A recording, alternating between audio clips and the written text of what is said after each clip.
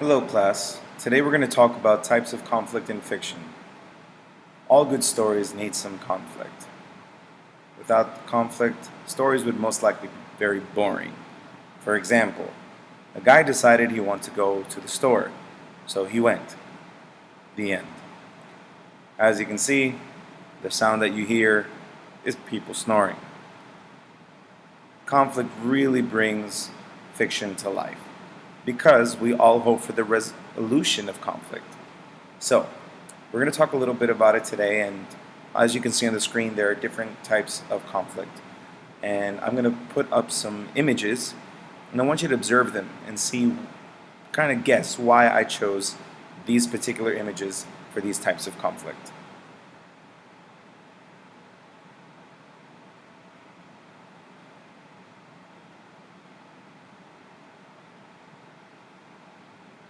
Okay, so I'm sure you understood why I chose each image for these particular conflicts. And now we're going to take them one by one and we're going to analyze them a little bit more closely. So first off, we have man versus man. Man versus man is the most fundamental type of external conflict. This form of external conflict occurs when a character struggles against another character. These struggles may be born from moral, religious, or social differences, and may be emotional, verbal, or physical. Man versus man is almost always the conflict present when a hero fights a villain. This form of conflict may present alone or in conjunction with other external conflicts. Star Wars is an excellent example, where Luke Skywalker's fight with Darth Vader is man versus man conflict that also treads into the realm of man versus fate. So, on the top left-hand side, you can see Batman versus Superman. If you haven't seen the movie, I recommend it. It's good stuff.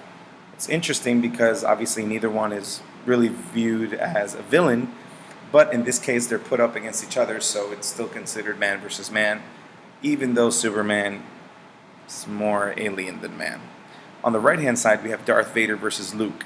Use the Force, right? And we have that familiar and famous phrase, the whole Luke, I am your father type thing. And obviously that is a very huge form of good versus evil. Luke Skywalker versus Darth Vader. So I hope you get and understand, right? Man versus man. And moving on, man versus self. Now, this type of conflict is a little different because while the majority of the others or all of the others are external conflict, here we deal with internal conflict, or something that's going inside the character. So internal conflict is that which exists inside the character. Struggles with morality, fate, desire, and belief, to name a few.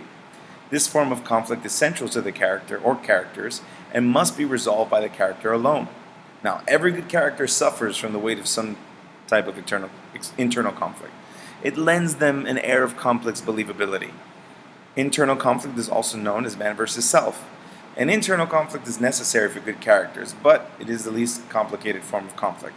Now, in the top left-hand corner, you have that famous battle between the little angel on your one shoulder and the devil on your other shoulder, telling you what to do or what not to do. We've all had that struggle, and characters in fiction are no different.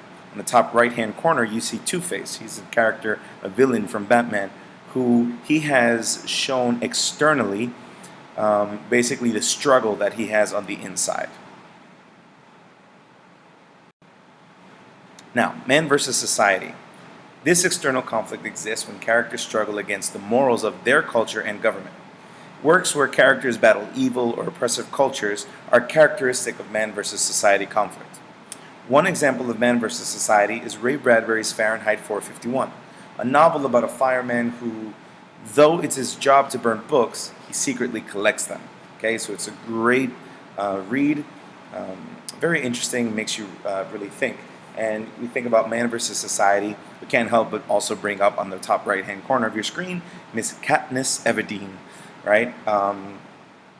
She's from Hunger Games, and she definitely goes up against the Capitol and President Snow and all that good stuff. So if you've seen the movies, you've read the books, you know what I'm talking about. She definitely represents man or woman versus society. So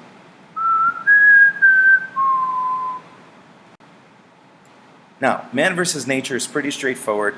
Man against the elements, basically. If you ever seen Man vs. Wild, Bear Grylls, you kind of get the idea.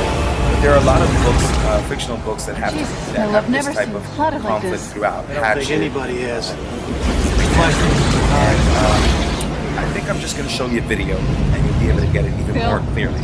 We're in the core. This is from the movie Twister.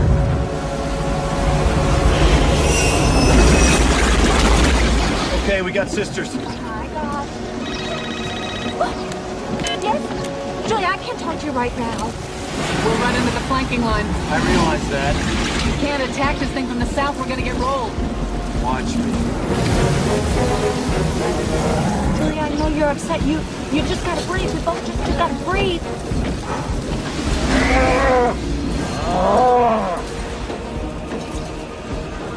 Cow. I gotta go, Julia. We got cows.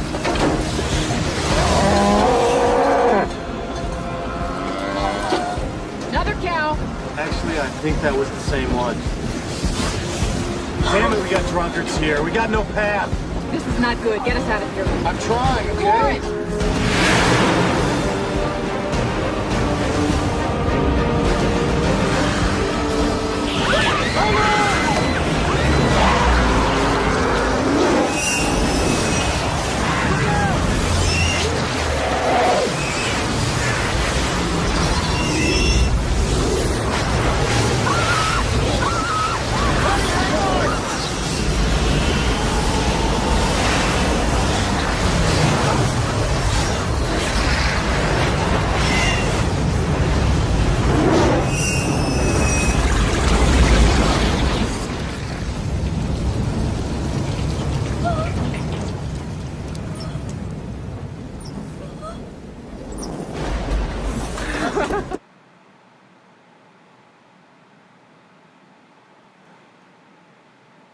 Okay, so you basically get the gist of it, right?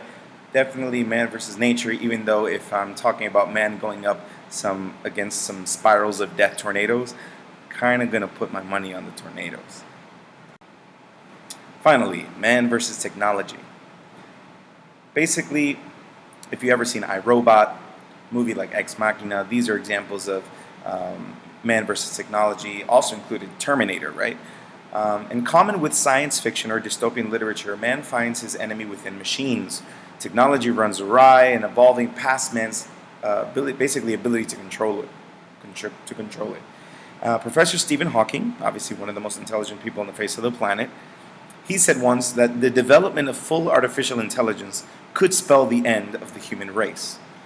Sounds a bit drastic, but it's scary.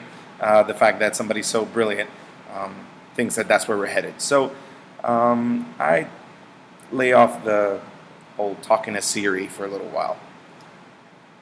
Well, I hope you enjoyed this presentation on conflict, and I hope you're kind of excited to learn more and spark your natural curiosity. Go run with it, and even better, go write some good fiction and focus on some great conflict. Okay? Have a great day.